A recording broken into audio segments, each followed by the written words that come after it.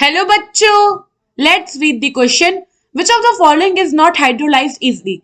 Option A CCl4, option B SiCl4, option C GeCl4 and option D SnCl4. So question में क्या क्या है, इनमें से कौन सा है जो इजिली हाइड्रोलाइज होता नहीं है? तो होता क्या है कि हाइड्रोलाइसिस में हम क्या करते हैं, H2O का एडिशन करते हैं. बेसिकली जो हमारा कंपाउंड है, सपोज ये हमारा टेट्रा क्लोराइड का कंपाउंड है, तो हमने कर लिया, ये हमारा सेंटर एटम हो गया, ये हो गया Cl4. हमने इस कंपाउंड में क्या किया, वाटर को डाला. तो इसमें होता क्या है, अगर आप देखो तो ये मेटल हो गया, इस पे ये हो गया, इसके 4 क्लोरीन. होता क्या है कि ये जो एक क्लोरीन होता है, ये बॉन्ड पेयर लेके क्या करता है, निकल जाता है, जिससे कि हमारे मेटल पे आ जाता है प्लस चार्ज. एंड जो वाटर होता है, क्योंकि ऑक्सीजन इलेक्ट्रोनेगेटिव है और इस पे क्या होता है, लोन पेयर प्रेजेंट होता है. तो ये लोन पेयर क्या करता है, ये जाके अटैक कर देता है हमारे इस कैटायन पे, जिसके पास क्या होता है, वैकेंट ऑर्बिटल होते हैं, और फिर ये क्या करता है, लोन पेयर को इसमें रख देता है और बॉन्ड फॉर्मेशन हो जाता है. नाउ अब जब ये इसमें OH जाएगा तो ये बनेगा हमारा Cl Cl Cl. यहाँ पे आ गया हमारा ऑक्सीजन, इस पे हो गया 2 हाइड्रोजन ग्रुप. अब क्योंकि ये 2 हाइड्रोजन ग्रुप हो गया, तो यहाँ पे जो हमारा ऑक्सीजन हो गया, इस पे आ गया पॉजिटिव चार्ज.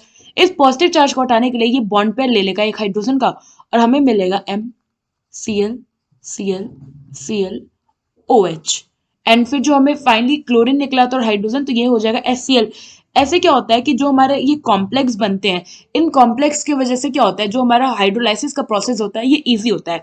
बट ये तभी होगा जब हमारा जो सेंट्रल एटम है, central atom must have vacant orbital.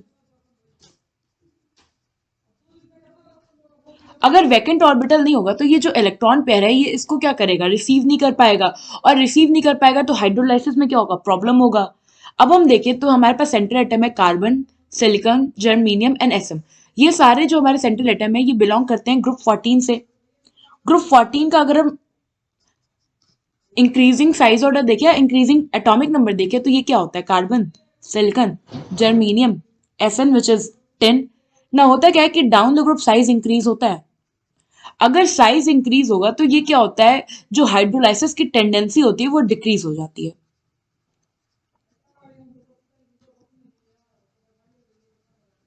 Hydrolysis tendency of chloride decreases. And the reason behind this, अगर आप देखो तो कार्बन है एटॉमिक नंबर 6, कॉन्फ़िगरेशन हो जाएगा 1s2 2s2 2p2. अगर आप सिलिकॉन देखो तो सिलिकॉन होता है हमारा 14, इसका हाइब्रिडाइजेशन होता है 1s2 2s2 2p6 3s2 3p4 and 3d. ना अगर आप यहाँ देखो तो कार्बन के पास 2p है, मीन्स इसको 4 इलेक्ट्रॉन की नीड है. 4 इलेक्ट्रॉन ये ऑलरेडी 4 क्लोरीन के साथ बॉन्ड करके कंप्लीट कर ले रहा है. इट मीन्स कि अब जब ये बॉन्ड करता है तो इसके पास कोई भी वैकेंट ऑर्बिटल नहीं है कि वो क्या करे, वाटर में प्रेजेंट ऑक्सीजन के लोन पेयर को इनटेक करे. वेराज अगर आप सिलिकॉन में देखो तो ऑल्दो इसने अपना 3p वाले जो है, सॉरी ये होगा 3p2. नाउ इस पे ऑलरेडी 4 बॉन्ड इसने Cl के साथ करके कंप्लीट कर लिया, ऑर्बिटल फिल कर लिया. बट क्योंकि इसके पास वैकेंट 3d ऑर्बिटल है, ये क्या करेगा, वाटर में प्रेजेंट ऑक्सीजन लोन पेयर को ले सकता है, क्योंकि वैकेंट d ऑर्बिटल की वजह से 3d orbital enable silicon to expand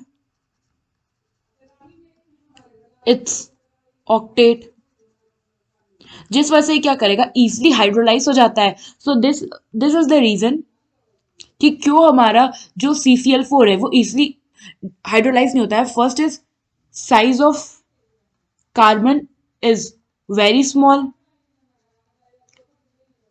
and second reason क्या हो गया, इनएबिलिटी ऑफ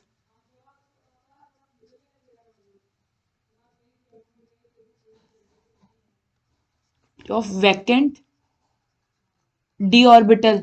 और जैसे जैसे आप जाओगे डाउन द ग्रुप तो क्या होगा, साइज इंक्रीज करेगा और वैकेंट डी ऑर्बिटल भी इंक्रीज होगा, क्योंकि जो हमारा मिनिमम डी है वो 3d होता है, और 3d स्टार्ट होता है हमारे सिलिकॉन वाले पीरियड से. सो यहाँ पे जो हमारा करेक्ट ऑप्शन होगा, ये होगा हमारा ऑप्शन ए. आई होप आपको ये क्वेश्चन समझ में आया होगा. Thank you.